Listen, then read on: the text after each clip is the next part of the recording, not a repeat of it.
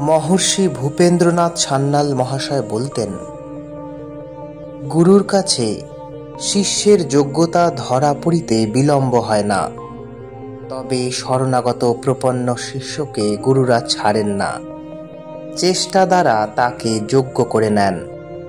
হয়তো 2-1 জন্ম এই যোগ্যতা লাভ করতেই যাবে, তবে 2-3 জন্মের কথা যে বলেছি তা বেশি মনে করো না। আমরা এত অযোগ্য যে আমাদের সব ত্রুটি সংশোধন করতে হলেও খুব পৌরুষশালী পুরুষকেও 2-3 জন্ম কাটাইয়া যাইতে হইবে। তুমি কখনো নিজে রেঁধে খেয়েছ?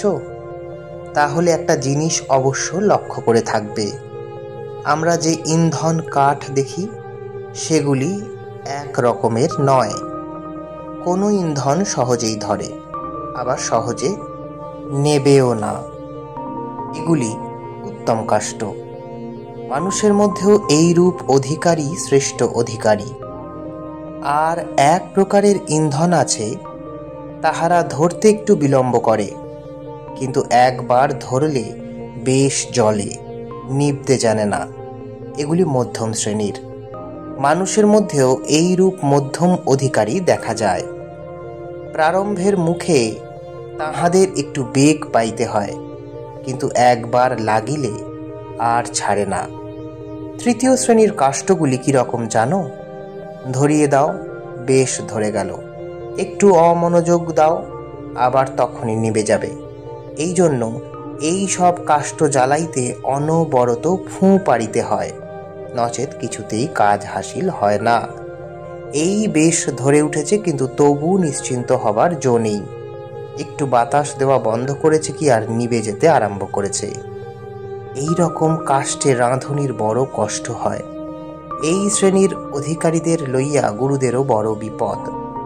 বেশ আশাও পাওয়া যায়, এই জন্য ছাড়তেও ইচ্ছা করে না, কিন্তু নজর অনবরত না রাখলে চলে না।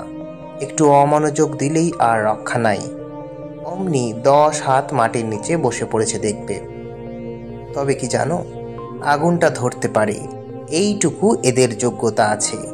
আর চতুর্থ শ্রেণীর কাষ্ঠ ভিজে জল সরা, যতই পাখা করো, যতই ফুঁ পারো, কিছুতেই ধরবে না।